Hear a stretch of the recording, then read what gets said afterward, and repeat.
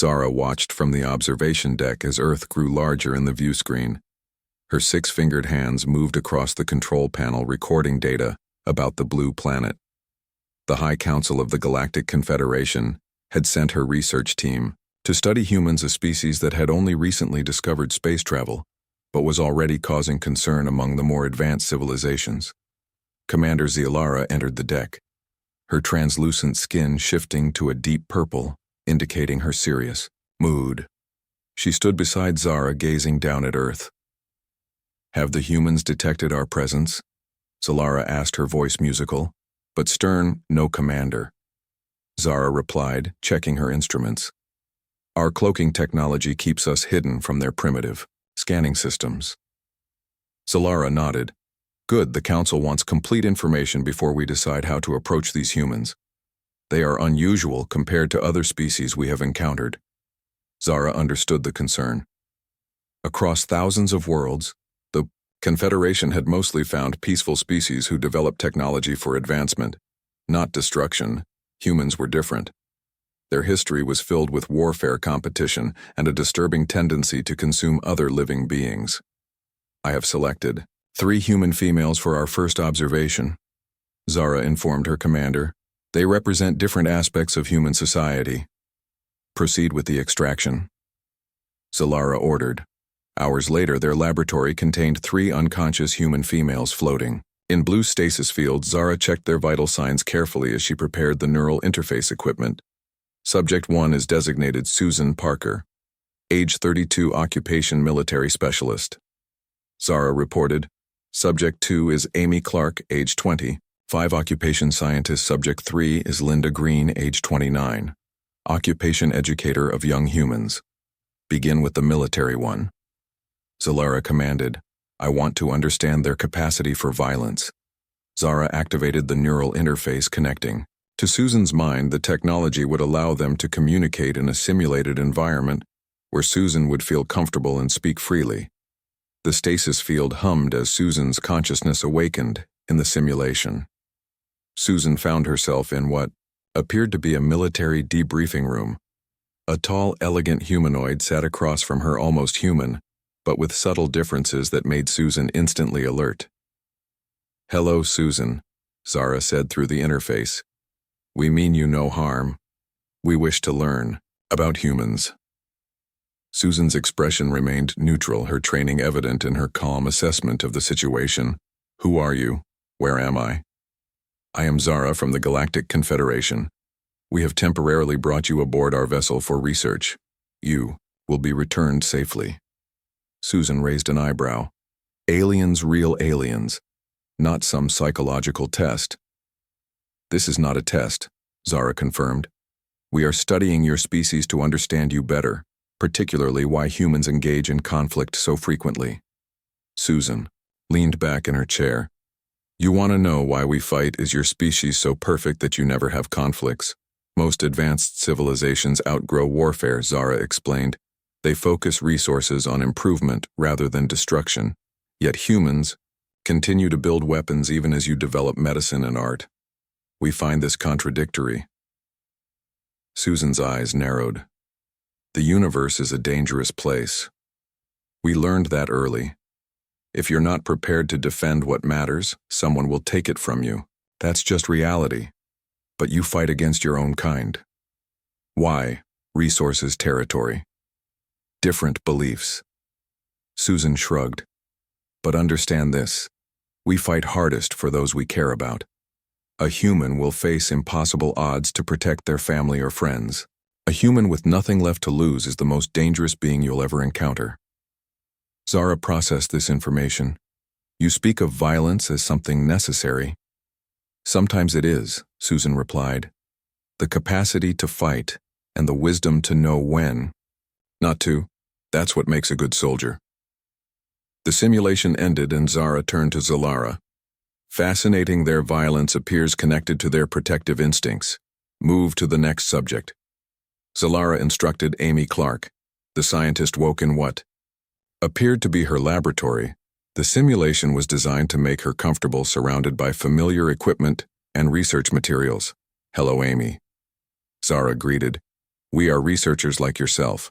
We wish to understand humans better. Unlike Susan, Amy was initially frightened, then extremely curious once she realized she was communicating with aliens. She immediately began asking questions about their technology, biology, and homeworld. Your curiosity is remarkable, Zara noted. Most species fear the unknown. Fear it. Amy laughed. We're obsessed with it. Humans have always explored the unknown. We climbed mountains, sailed across oceans, flew into space, all because we needed to know what was out there. But why take such risks? Because that's how we advance, Amy explained excitedly. Every discovery builds on the last. Every question answered leads to new questions. It's how we grow. Even when discoveries lead to dangerous technology, Amy's expression became serious. That's the challenge, isn't it? The same knowledge that lets us heal can also harm. The energy that powers our homes can destroy cities.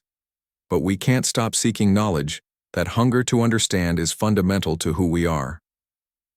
Would you say humans are dangerous? Because of this curiosity, Amy considered the question. I'd say we're dangerous because we never accept limits. We split the atom before fully understanding the consequences. We're developing artificial intelligence that might eventually surpass us. We modify our own genetic code. We take risks that other species might consider foolish. And you consider this positive. I consider it inevitable, Amy replied. It's who we are. The simulation ended and Zara made additional notes. Their scientific advancement is driven by intrinsic curiosity, not just practical needs.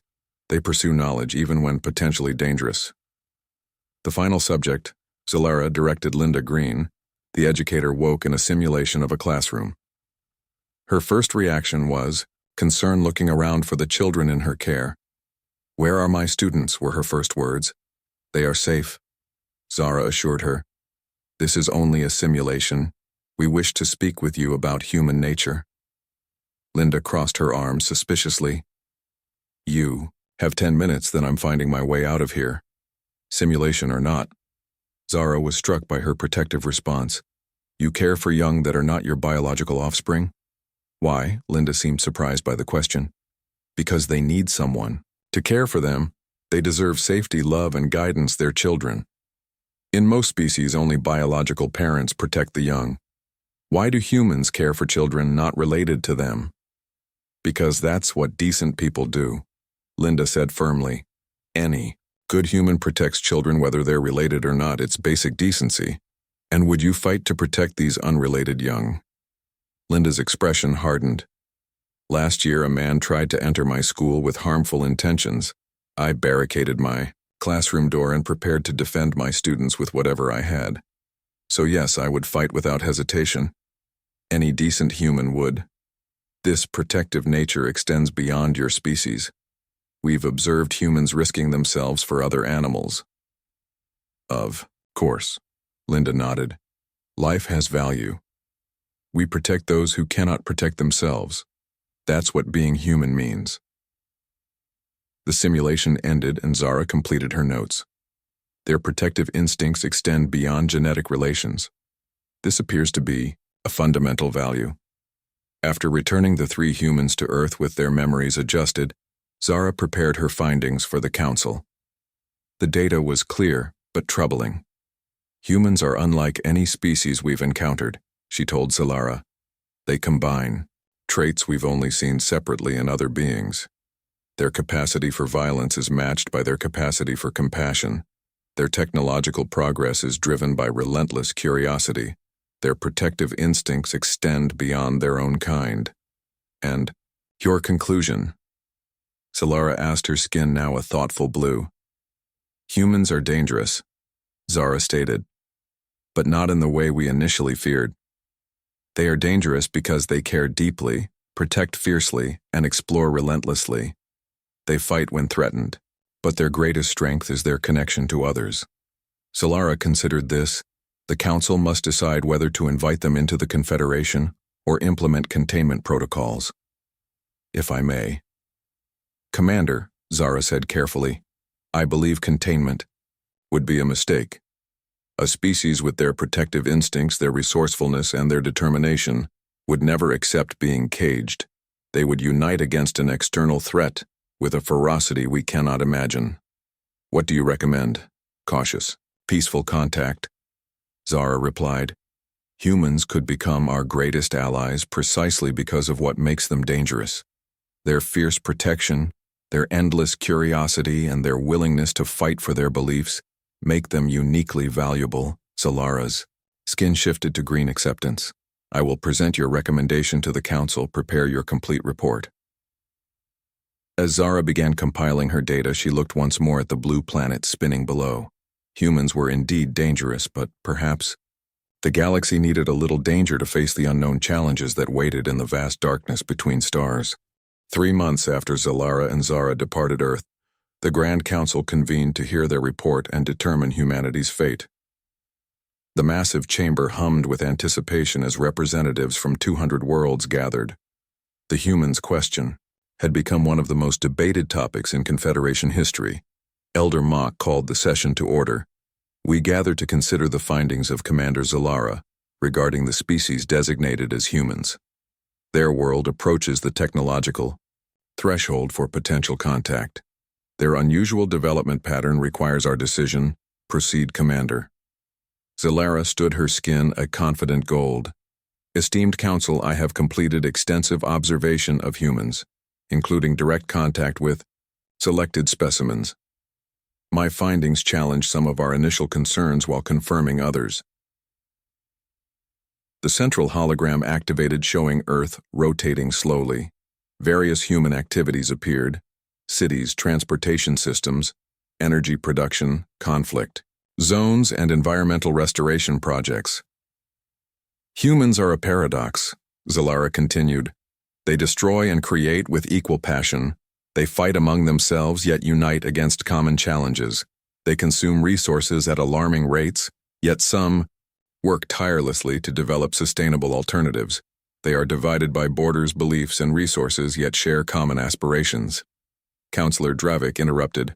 Your previous reports emphasized their dangerous qualities, their capacity for violence, their resource consumption, their rapid technological advancement. Do these concerns remain valid? They do, Zalara confirmed. Humans are dangerous, but our understanding of that danger has evolved. They are dangerous not because they are malevolent, but because they are intensely alive. They pursue their goals with remarkable determination. They protect what they value with unexpected ferocity. They adapt to challenges with unmatched flexibility. Zara stepped forward. With permission, I will present our findings from direct contact. The council murmured with interest. Direct contact had been controversial, but authorized as a final assessment phase. Zara activated her data records, showing images of the 5 selected humans and summaries of their interactions. We selected diverse representatives: a scientist, a physicist, a diplomat, a soldier, and a philosopher. Each demonstrated qualities we believe represent humanity's potential. Each responded to contact with curiosity rather than fear. Each asked insightful questions about our intentions and capabilities, and none attempted to capture your technology or harm you, noted Elder Mock. Correct? Zara replied. Despite opportunities to do so, they prioritized understanding over acquisition.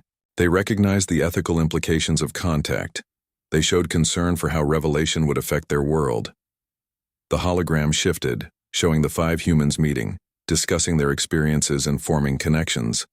Most significantly, they demonstrated remarkable cooperation when brought together. Zara continued. Despite coming from different regions and perspectives, they quickly formed a cohesive group, sharing insights and preparing for future contact. Elder Mock leaned forward. Your recommendations. Alara's skin shifted to deep purple seriousness.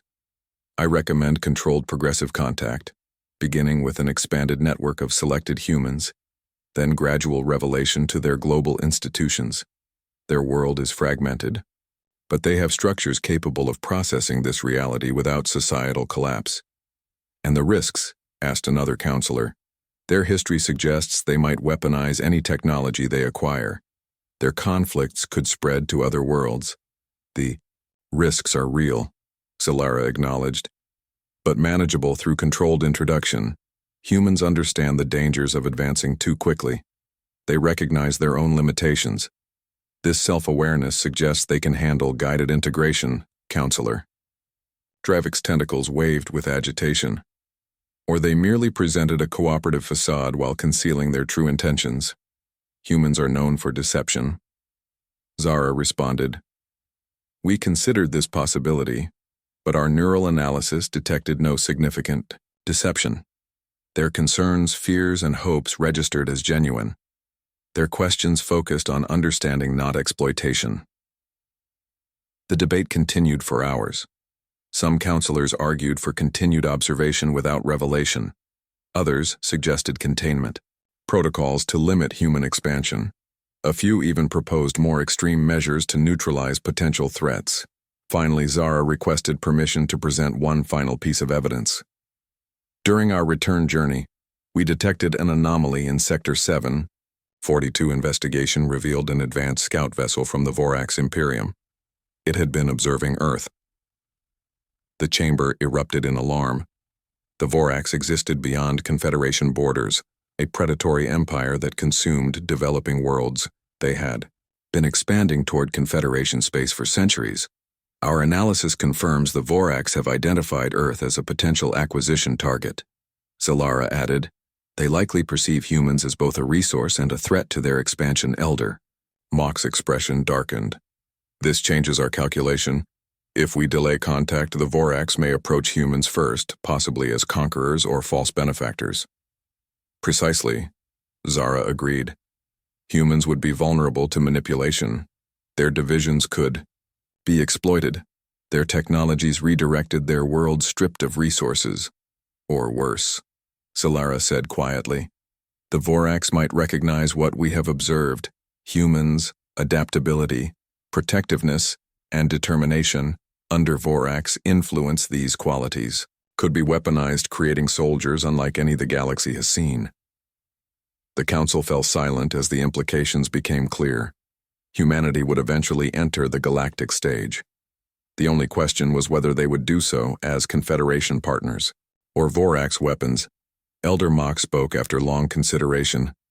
We face a choice between potential risk and certain danger. If humans are as adaptable as your research suggests, they may integrate successfully into our community, bringing new perspectives and abilities. If left vulnerable to Vorax manipulation, the consequences could be devastating. After further deliberation, the council voted. The decision was not unanimous, but the majority supported controlled contact. A delegation would return to Earth to expand the initial network and prepare for formal revelation to human governing bodies. The process would take years, advancing carefully to prevent cultural shock or dangerous technology transfer. 2 months later, Zara found herself once again approaching Earth.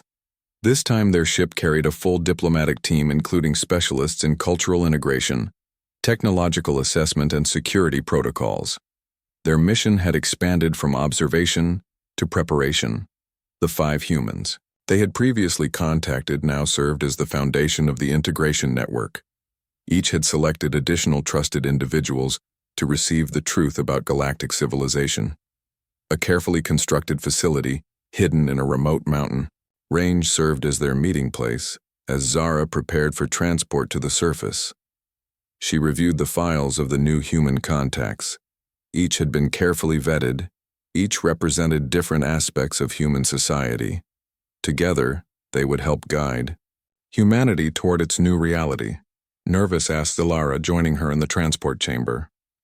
Cautiously optimistic, Zara replied, humans are unpredictable, but that quality makes them valuable. The coming decades will transform their world and ours. The council remains divided, Zalara noted. Some still fear human unpredictability. Others see potential. Many question whether they can overcome their divisions to join a united galactic community. Those are valid concerns, Zara acknowledged. But remember what Hannah told us. Humans fear irrelevance more than the unknown. They need to matter to contribute, to be part of something larger. If we approach them as potential partners, rather than subjects, they will surprise us, as they prepared for transport. Zara thought about the question that had initiated their mission. Why are humans so dangerous? The answer had evolved through their research. Humans were dangerous because they refused to accept limitations. They protected what they valued with unexpected intensity. They adapted to challenges with remarkable flexibility. They united in the face of external threats. These qualities made them unpredictable, but also invaluable, especially now as shadows gathered at the edges of known space. The ordered Confederation, with its ancient species and established protocols, might soon need the disruptive energy that humans would bring. The galaxy faced emerging threats that centuries of stability had not prepared them to confront. Perhaps what the cosmos needed now was a species that saw impossible odds as a challenge rather than a barrier. Humans were indeed dangerous, but dangerous in exactly the way the galaxy might soon require. As Zara and Zalara materialized in the human facility, they were greeted by their 5 original contacts. Each had grown in understanding since their first meeting. Each now recognized their role in humanity's greatest transition. "Welcome back," Hannah said, speaking for the group. "We've been preparing as you instructed. The others are ready to meet you." Beyond them stood 20 new humans selected from different regions and disciplines. Each would form another branch in the growing network of understanding. Each would help prepare their world for the reality that they were not alone in the universe. "Thank you for your trust," Zara replied. "Today marks the beginning of a new chapter for both our civilizations. The path forward contains challenges but also remarkable possibilities." Olivia, the astronomer, who had first welcomed them with wonder rather than fear, smiled. "The stars are no longer distant lights, they're potential destinations." 1 Earth year after the initial observation mission, Commander Zalara stood before the Grand Council chamber, her skin shifting between colors as she prepared to deliver her report. The massive circular hall contained representatives from over 200 species, all curious about the controversial humans. "Esteemed council members," Zalara began, "I come with updated findings on the species designated as humans. Based on continued observation, I believe they are ready for first contact." Murmurs rippled through the assembly. Many councilors remained skeptical of involving such a volatile species in galactic affairs.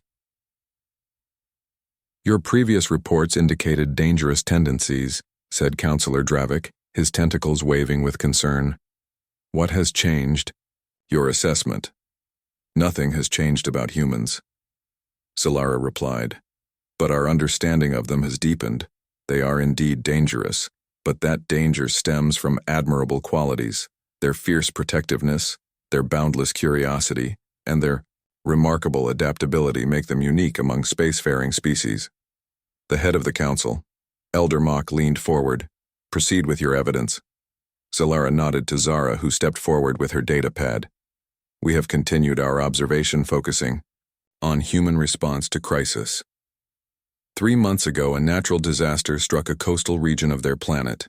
We monitored their reactions. The central hologram activated, showing images of a massive storm surge hitting a human settlement. Buildings collapsed. Under the force of water and wind, human structures proved fragile against nature's fury. Watch what followed, Zara said. The hologram showed humans rushing toward danger, not away. Boats filled with rescuers headed into the worst-hit areas. People formed lines passing supplies. Others opened their homes to strangers who had lost everything. Most species retreat from disaster and protect their own group. Zara explained. Humans organize and move toward the danger. Their protective instincts extend to strangers. They risk themselves for others without biological imperative. The council watched in silence as the images continued. Human medical workers treating the injured, engineers rebuilding structures. Ordinary people sharing limited resources. We have observed this pattern repeatedly, Zalara continued. When faced with crisis, humans demonstrate remarkable unity and cooperation. Their competitive nature transforms into collaborative action. Elder Mock's expression remained neutral, yet their history shows endless warfare. They have nearly destroyed themselves multiple times. True, Zalara acknowledged. But consider this paradox. The same fierce protection that drives their conflicts also enables their greatest achievements. Their strongest bonds form through shared hardship. Their most significant technological advances emerge during their darkest periods.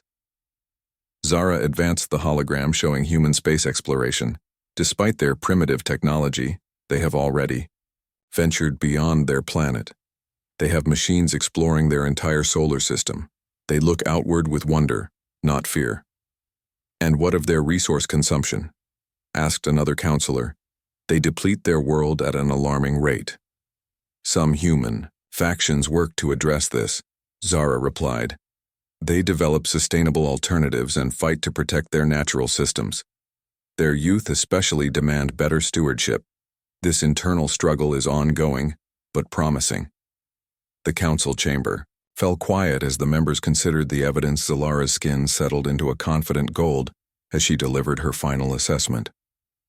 Humans are dangerous precisely because they refuse to accept limitations.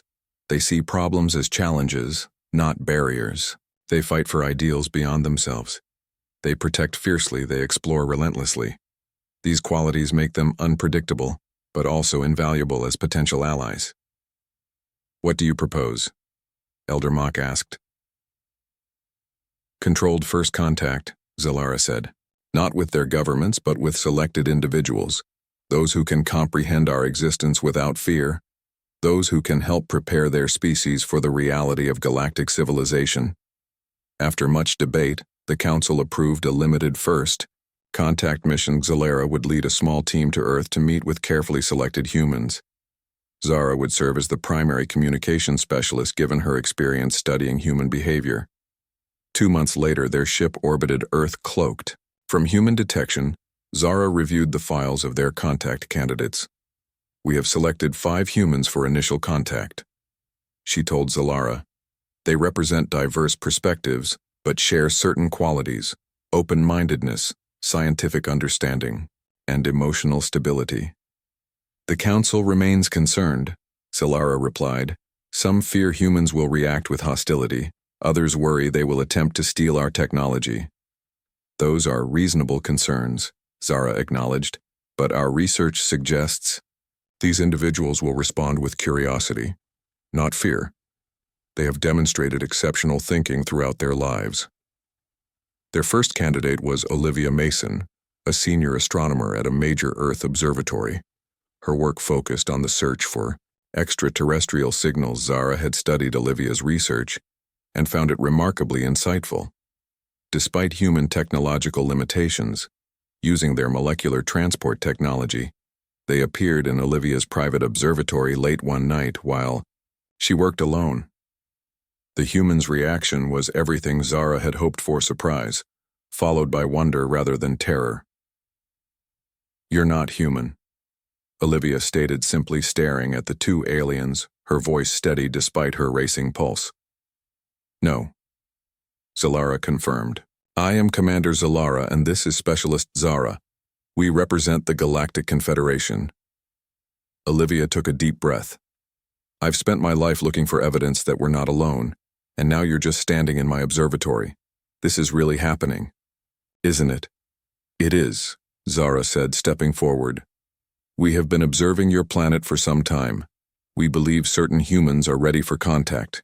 You are one of them. Why me? Olivia asked. I'm just an astronomer.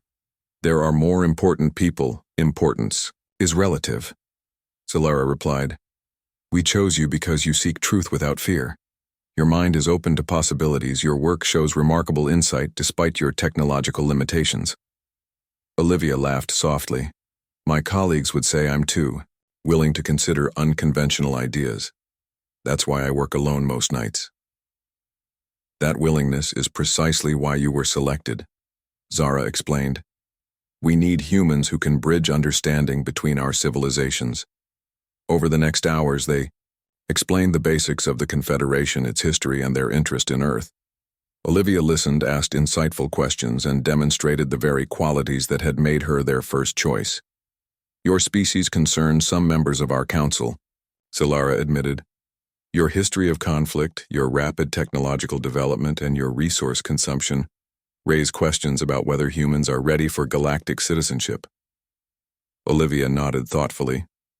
Those are fair concerns. We are a complicated species. We create beauty and destruction in equal measure. We reach for the stars while fighting over land. Our potential is matched only by our capacity to waste it. Yet you remain hopeful about your future, Zara observed, always. Olivia smiled. Humans never give up. That's our greatest strength and sometimes our greatest flaw. We keep trying. We keep believing things can improve. We keep reaching outward. As dawn approached, they prepared to leave. But Olivia had one final question. When will you return? Will others know about you? Soon, Solara promised. We have other humans to contact. Once we have established a network of understanding, the next phase will begin. Zara added, you will not be alone in this knowledge much longer, but we ask for your patience.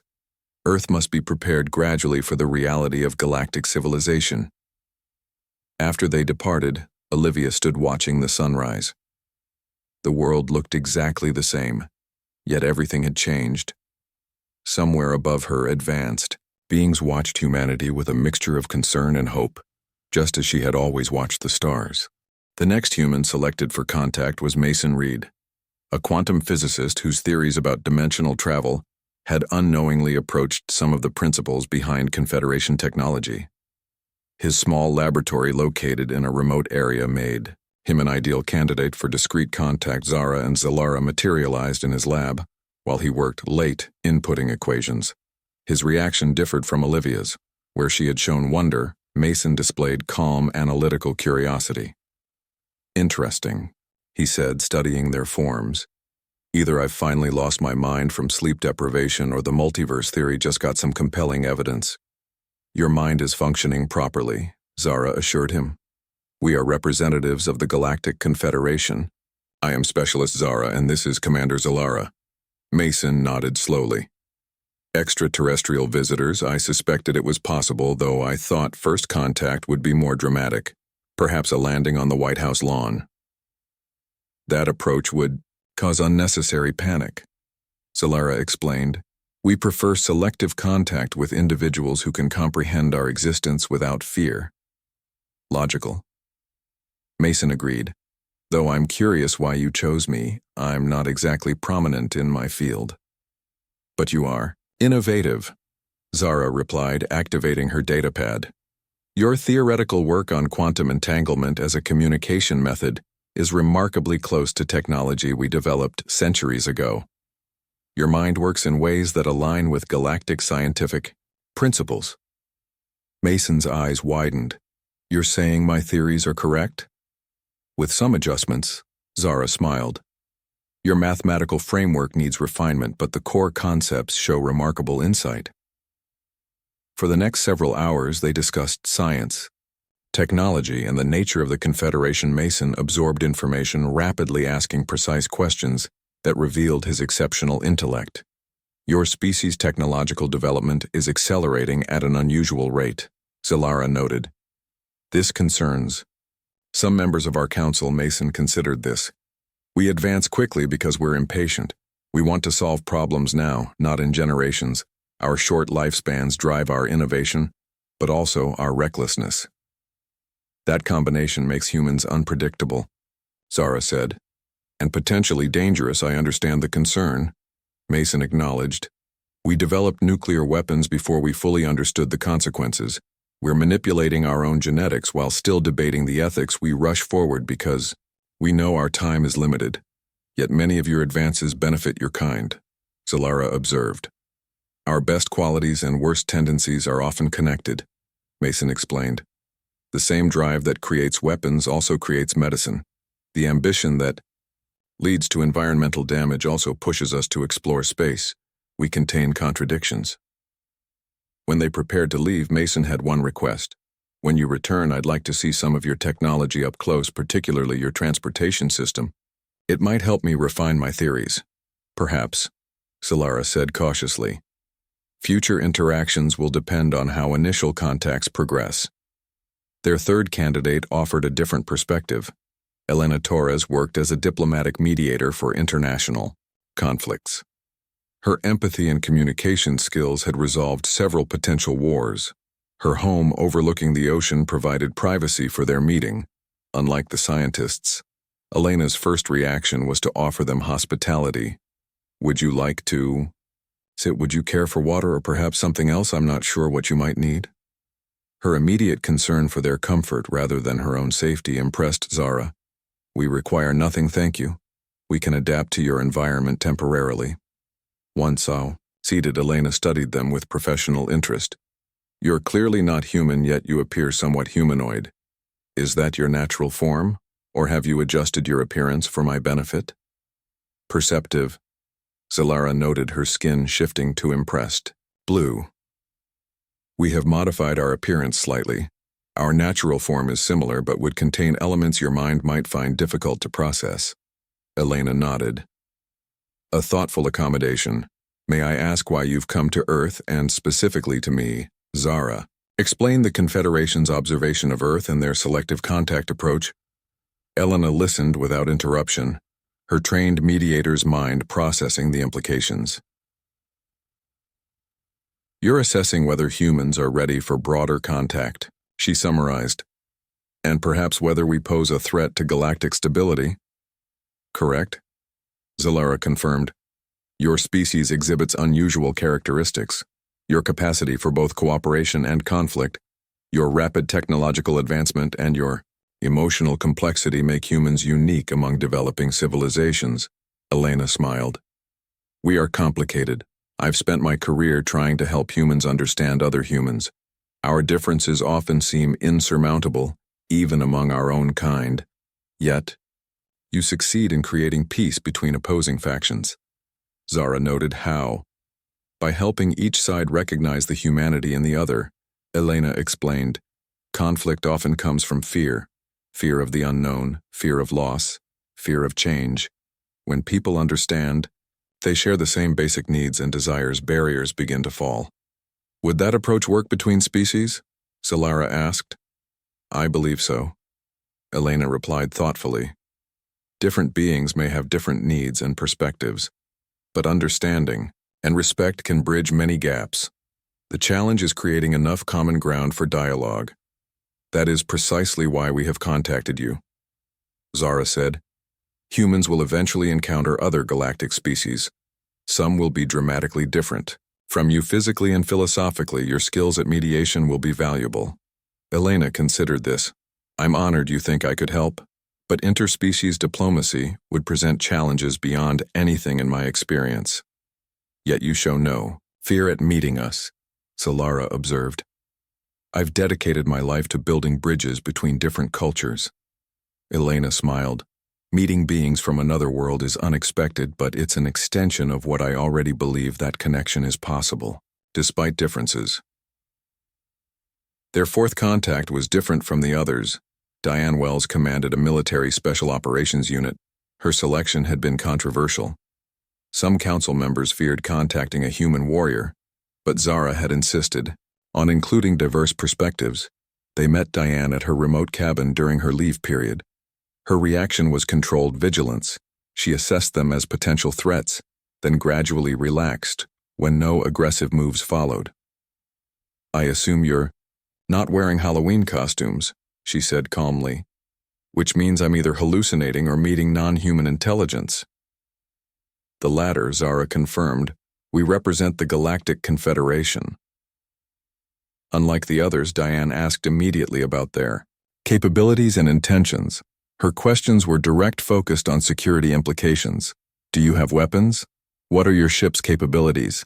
How many species are in your confederation? Are any hostile to others? Your concerns are reasonable. Zalara acknowledged. Yes, we have defensive capabilities. Our vessels can travel between stars. We comprise over 200 species. Some historical conflicts exist, but the Confederation maintains peace. And your interest in Earth? Diane pressed assessment. Zara explained, your species is approaching a technological threshold that will eventually bring you into contact with others. We are determining how that contact should proceed. Diane nodded. Smart. You're doing reconnaissance before full engagement. That's standard protocol. You understand our approach, Zalara noted. I'd do the same. Diane replied. Learn about a potential ally or threat before revealing your position. It's basic strategy. Some in our council view humans as potentially threatening. Zara said, watching Diane's reaction carefully. Your history of warfare concerns them. Diane considered this. They're not wrong. We fight a lot. Sometimes for resources or territory, sometimes for beliefs. But understand this. Our greatest warriors hope for peace. A good soldier knows the cost of war better than anyone. Yet you continue to develop weapons, Solara observed. Because the universe is full of unknowns, Diane said simply. We hope for the best, but prepare for challenges. It's not aggression, it's survival. As their meeting concluded, Diane offered an insight that would later prove valuable. If you want humans as allies, approach us honestly. We respect strength, but we value truth. Even more, we value choice. Give humans the dignity of choosing their path and you'll find no more loyal friends. Attempt to control us and you'll create enemies like none you've encountered. Zara recorded this warning carefully, sensing its importance. Their final contact would come the next day. After that, they would report to the council, and the fate of human-galactic relations would be decided. Their final contact before reporting to the council was Hannah Chen, a philosopher and ethicist whose writings explored humanity's place in the cosmos.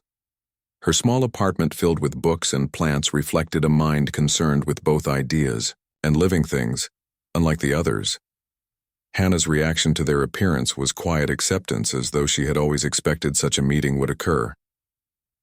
I've wondered when this moment would happen, she said, offering them seats. The universe is too vast for us to be alone. I just didn't expect visitors in my living room. You don't seem surprised. Zalara observed, her skin shifting to curious yellow. Surprised, yes, but not shocked, Hannah clarified. The possibility of intelligent life beyond Earth has been a cornerstone of human philosophy for centuries. We've imagined this encounter in countless ways. Now it's simply happening. Zara explained their mission as she had with the others. Hannah listened, thoughtfully asking questions. That differed from the practical inquiries of the scientists or the security concerns of the military officer. Her questions focused on meaning and purpose. What values unite your confederation? What principles guide your interactions with developing species? How do you balance the autonomy of member worlds with collective governance? These are profound questions. Solara noted. The Confederation is based on principles of mutual benefit, knowledge exchange, and non-interference with developing worlds. Each member maintains cultural autonomy while adhering to basic laws protecting sentient rights. Similar to our better human systems, but on a larger scale, Hannah observed, we struggle with these same tensions between individual freedom and collective welfare, between cultural diversity and universal rights. Which is why we sought your perspective, Zara explained. You study the ethical frameworks that might guide human integration into a larger community. Hannah nodded. The greatest challenge humans would face in joining a galactic community isn't technological, it's philosophical. Can we expand our moral circle to include beings vastly different from ourselves? Can we accept our place as neither the center of existence nor irrelevant to it? And your assessment, Zalara asked. We're capable of both extraordinary compassion and terrible cruelty, Hannah said. We can extend empathy beyond our species. We already do with animals and ecosystems, but we also create divisions. Among our own kind, we contain potential for both enlightened cooperation and destructive tribalism. This duality concerns the Council. Zara noted. Hannah smiled. It should. But consider this, humans are works in progress. We question ourselves. We challenge our assumptions. We recognize our flaws even when we fail to overcome them. This capacity for self-reflection is our saving grace. As their discussion continued, Hannah raised questions about the ethics of their observation mission. How do you justify studying humans without consent? How do you determine which species are ready for contact? These are the same ethical dilemmas we face when studying less developed human cultures. Zalara's skin rippled with surprise. Your concerns mirror debates within our own council. Some believe any observation violates sovereignty. Others argue that gradual introduction prevents cultural shock. There are no perfect answers, Hannah acknowledged. But the fact that you struggle with these questions suggests common moral ground between our kinds. The capacity to question our own actions and authority is essential for any just civilization. Before they departed, Hannah offered an insight that would prove crucial. Humans fear the unknown, but we fear irrelevance more. We need to matter to contribute to be part of something larger than ourselves. If the Confederation approaches humanity as potential partners, rather than subjects or threats, you'll appeal to our better nature. After completing their 5 contacts, Zalara and Zara returned to their vessel. The ship moved to a higher orbit as they prepared their report for the Council. These interactions have been enlightening, Zalara said, reviewing the data. Each human offered a different perspective, yet certain patterns emerged. Zara nodded. They all demonstrated curiosity rather than fear. They asked questions about our intentions and capabilities. They showed concern for how contact would affect their world. And none attempted to capture us or our technology, Zalara noted. Despite opportunities to do so, the Council's primary concerns about human unpredictability and aggression seem overstated, Zara suggested.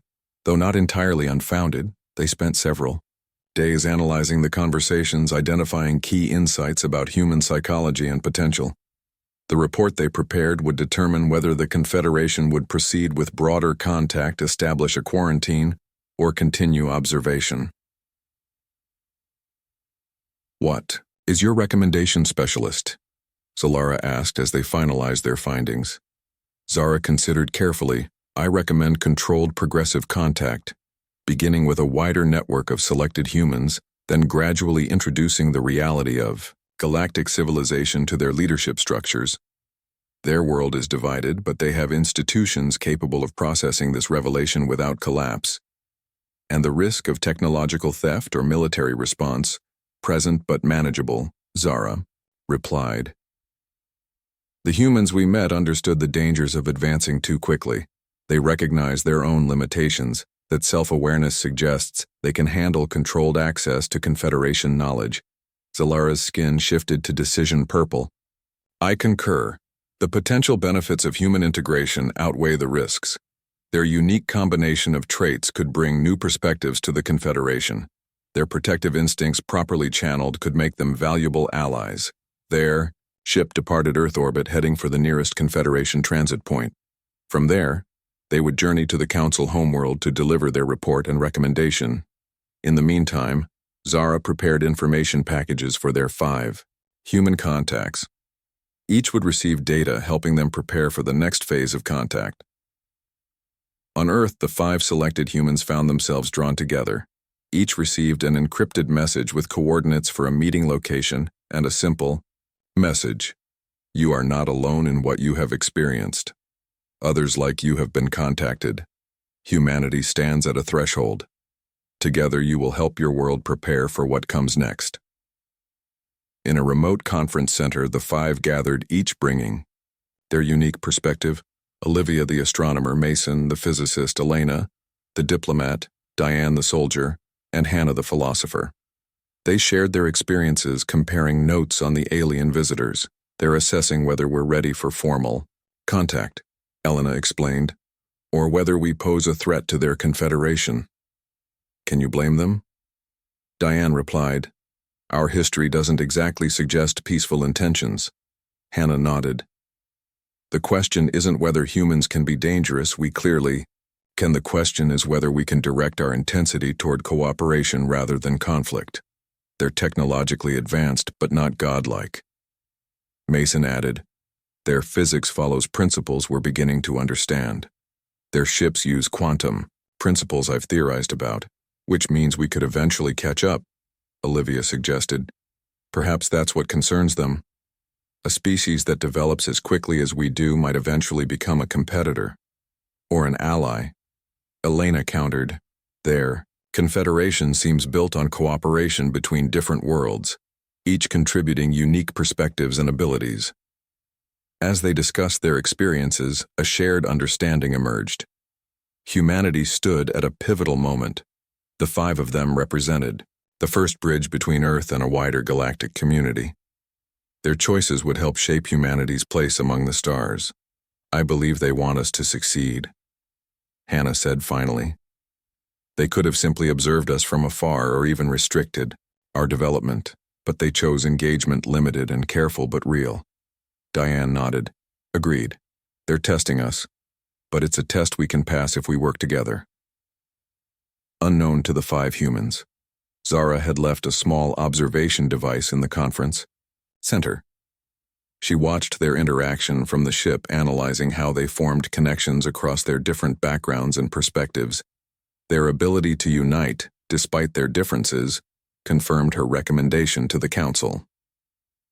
They're already beginning to form a cohesive group, she told Zalara. They're sharing information, pooling their insights, preparing for what comes next.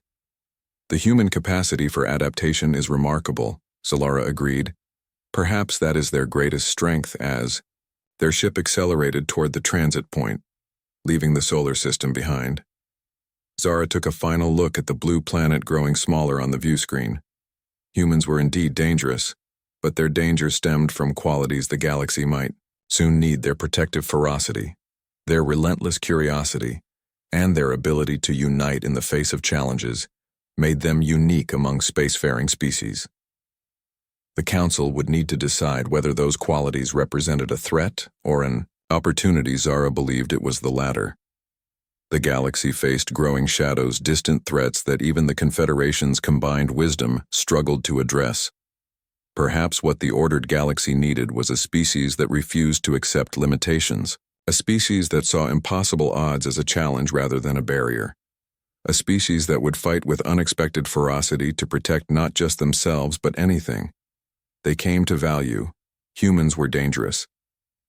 Yes, but dangerous in exactly the way the galaxy might soon require.